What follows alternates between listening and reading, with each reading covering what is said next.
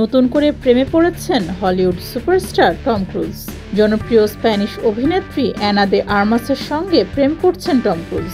দুজনকে বিভিন্ন সময় একসাথে দেখা যাচ্ছে। কয়েক সপ্তাহ আগেই দুইজন একসঙ্গে গিয়েছিলেন সমুদ্র বিলাসে। একটি বিলাসবহুল ইয়টে টম ও অ্যানাকে দেখা গেছে অবকাশ যাপনে। যদিও প্রেমের বিষয়টি দুজনের কেউই স্বীকার করছেন না, তবে এবার গুঞ্জনটা আরো বেশি গাঢ় হয়েছে। ফের লন্ডনে একসঙ্গে ঘুরতে গেছেন টম ক্রুজ ও অ্যানা দে আর্মাস। হেলিকপ্টার থেকে নামার সময় দুজনে ধরা পড়েছেন ক্যামেরায়।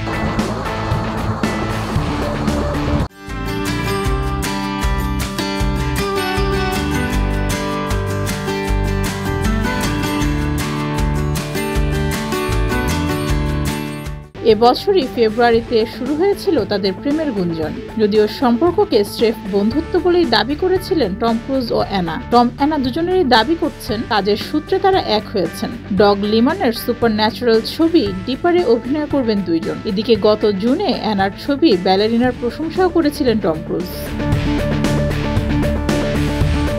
তখন অ্যানা বলেছিলেন, টম ক্রুজের মতো একজন মানুষ যখন তার সিনেমাকে উৎসাহ দেয়, এটা ভীষণ আনন্দের ও গর্বের।